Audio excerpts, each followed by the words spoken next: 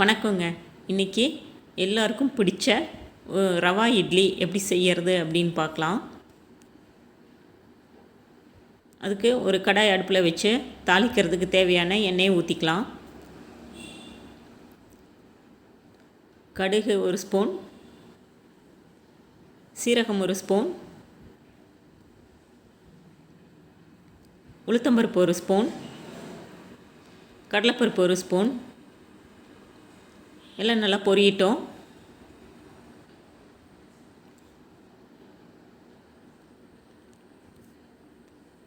பொடியாக கட் பண்ணி இஞ்சி சேர்த்துக்கலாங்க. பொடியாக கட் பண்ண பச்சை மிளகாய், கட் பண்ணி வச்சுருக்கிற கருவேப்பிலை சேர்த்துக்கலாம். எல்லாம் நல்லா வதங்கினதுக்கப்புறமா ஒரு 5-6 பீன்ஸை நான் கட் பண்ணி வச்சுருக்கேன், பொடி பொடியாக சேர்த்துக்கலாம். ஒரு கேரட்டை துருவி வச்சுருக்கேன், அதையும் சேர்த்துக்கலாம். நல்லா பச்சை வாசனை போகிற அளவுக்கு வதக்கிக்கலாம். நீங்கள் இதில் பீன்ஸு, முட்டைகோஸ் இந்த மாதிரி எது இருந்தாலும் சேர்த்துக்கலாங்க.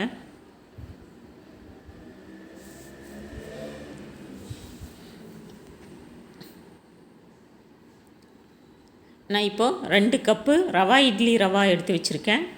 அதையும் காயோடவே கொட்டி நல்லா வதக்கிக்கலாம்.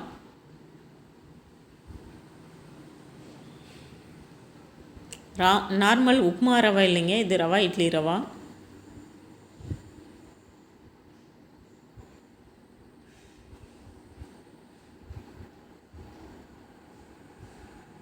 நல்லா பாத்திரத்தில் ஒட்டாத அளவுக்கு நல்லா கிளறி விடலாம். நல்லா வறுபடட்டும்.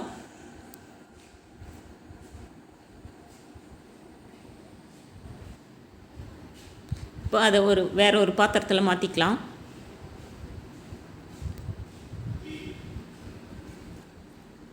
இப்போ நான் ஒரு கப் தயிர் அடித்து வச்சுருக்கேன், அது சேர்த்துக்கலாம். சேர்த்து நல்லா கிளறி விடலாம்.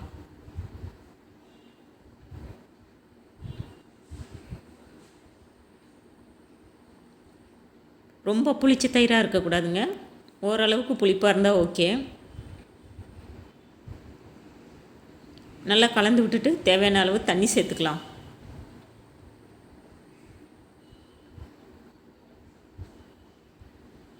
ரொம்ப தண்ணி சேர்த்துடக்கூடாதுங்க, இந்த ரவை ஊறுற அளவுக்கு சேர்க்கணும், அவ்வளோதான்.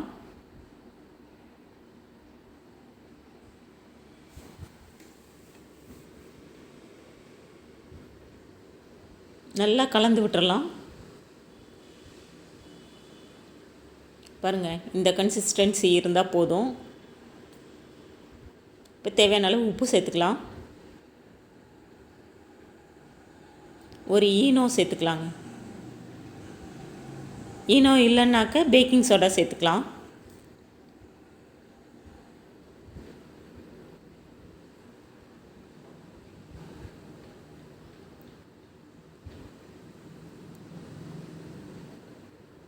நல்லா கிளறி விட்டு மூடி போட்டு ஒரு 1/2 மணி நேரம் வச்சிடலாங்க. 1/2 மணி நேரம் ஆச்சு. மாவு பார்த்திங்கன்னா இப்படி இருக்குது.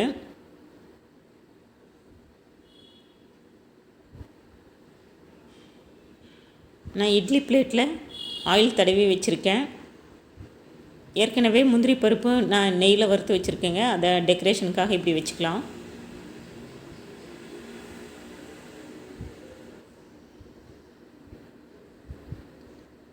தேவையான அளவு எடுத்து ஊற்றிக்கலாம். ரொம்ப பெருசாக ஊற்றக்கூடாதுங்க, வேகும்போது கொஞ்சம் மேலே எலும்பி வரும், அதனால் அளவாக ஊற்றிக்கலாம்.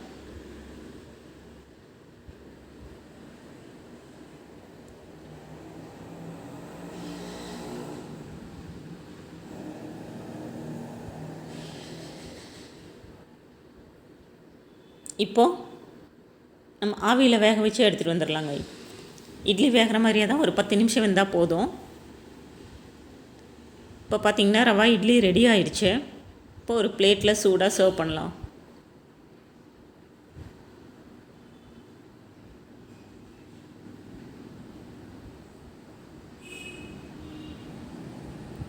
சுவையான ரவா இட்லி தயாராகிடுச்சு. இதுக்கு நான் ரா டொமேட்டோ சட்னியும்